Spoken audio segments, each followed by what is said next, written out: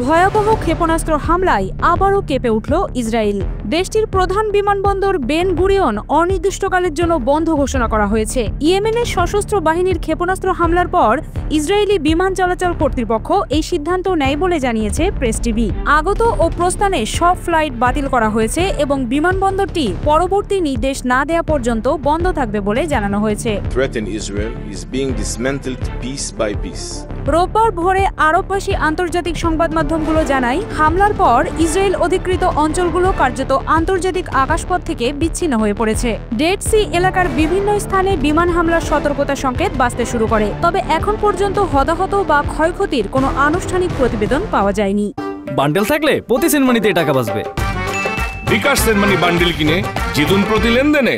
Israeli সামরিক বাহিনী এক সংক্ষিপ্ত বিবৃতিতে জানায়, হামলার সময় তাদের আকাশ প্রতিরক্ষা ব্যবস্থা সক্রিয় ছিল এবং তারা হামলার প্রতিরোধে কাজ করেছে। এই ঘটনার মাত্র এক সপ্তাহ আগেই ইয়েমেনি সেনাবাহিনী বেন গুরিয়ন বিমানবন্দর লক্ষ্য করে ব্যালিস্টিক ক্ষেপণাস্ত্র হামলার দায় স্বীকার করে। 1 জুলাই আল মাসিরা টিভিতে প্রচারিত এক টেলিভিশন বিবৃতিতে ইয়েমেনের সামরিক মুখপাত্র ব্রিগেডিয়ার জেনারেল ইয়াহিয়া সারি বলেন, তেল আবিবের বিমান গুরিয়ন বিমানবন্দর লক্ষ্য করে আমরা ফিলিস্তিন 2 নামের একটি হাইপারসনিক ব্যালিস্টিক ক্ষেপণাস্ত্র ব্যবহার করে একটি বিশেষ সামরিক অভিযান পরিচালনা করেছি। সারি আরও জানান, ওই হামলা সফলভাবে লক্ষ্যে পৌঁছেছিল, যার ফলে মিলিয়ন খানিক দখলদার আশ্রয় কেন্দ্রে ছুটে যায় এবং বিমানবন্দরের কার্যক্রমে বিশৃঙ্খলা সৃষ্টি হয়। সারি আরও জানান, একই সময় ইলাত, তেল আবিব এবং আশকেলন অঞ্চলের 3টি সংবেদনশীল স্থানে একমুখী ড্রোন হামলা চালানো হয়। গাজায় ইসরায়েলের গণহত্যামূলক যুদ্ধ তীব্রতর হওয়ায় ইয়েমেনি সশস্ত্র বাহিনী সমুদ্রপথে কৌশলগত অবরোধ আরোপ করেছে।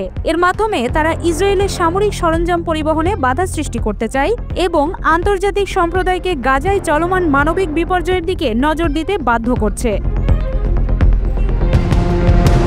প্রেস টিভির প্রতিবেদন অনুযায়ী ইয়েমেনি সশস্ত্র বাহিনী জানিয়েছে, গাজায় ইসরায়েল তাদের স্থল ও বিমান হামলা পুরোপুরি বন্ধ না করা পর্যন্ত এই ধরনের হামলা অব্যাহত থাকবে। এদিকে নেতানিয়াহুর বিরুদ্ধে আবারও বিক্ষোভে নেমেছে ইসরায়েলের সাধারণ মানুষ। হাজার হাজার বিক্ষোভকারীর স্লোগানে উত্তাল হয়ে পড়ে তেল আবিবের রাজপথ।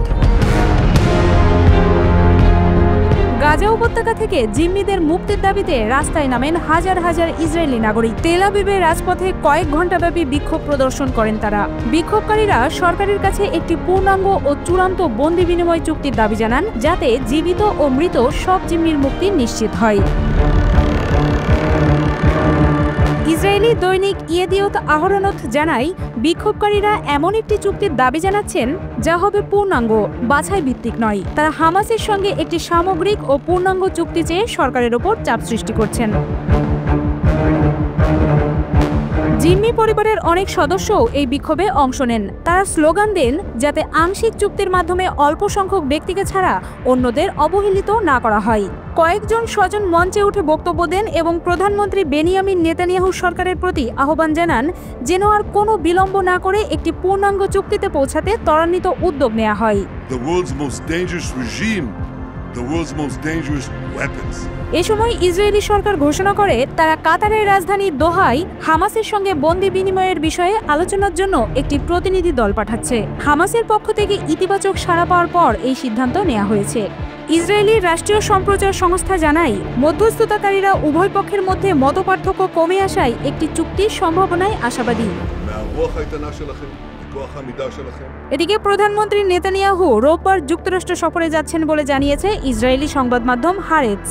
সেখানে তিনি প্রেসিডেন্ট ডোনাল্ড ট্রাম্পের সঙ্গে সাক্ষাৎ করবেন। ইসরায়েলের হিসাব অনুযায়ী বর্তমানে গাজায় 20 জনের মতো জিম্মি রয়েছে, মোট সংখ্যা প্রায় 50। অপরদিকে ইসরায়েলি কারাগারে 10,400 জনের বেশি ফিলিস্তিনি বন্দী রয়েছেন। মানবাধিকার সংস্থা ও বিভিন্ন গণমাধ্যম জানায়, এসব বন্দীর অনেকে নির্যাতন, খাদ্য সংকট ও চিকিৎসা অবহেলার শিকার, যার ফলে বহুজনের মৃত্যু হয়েছে।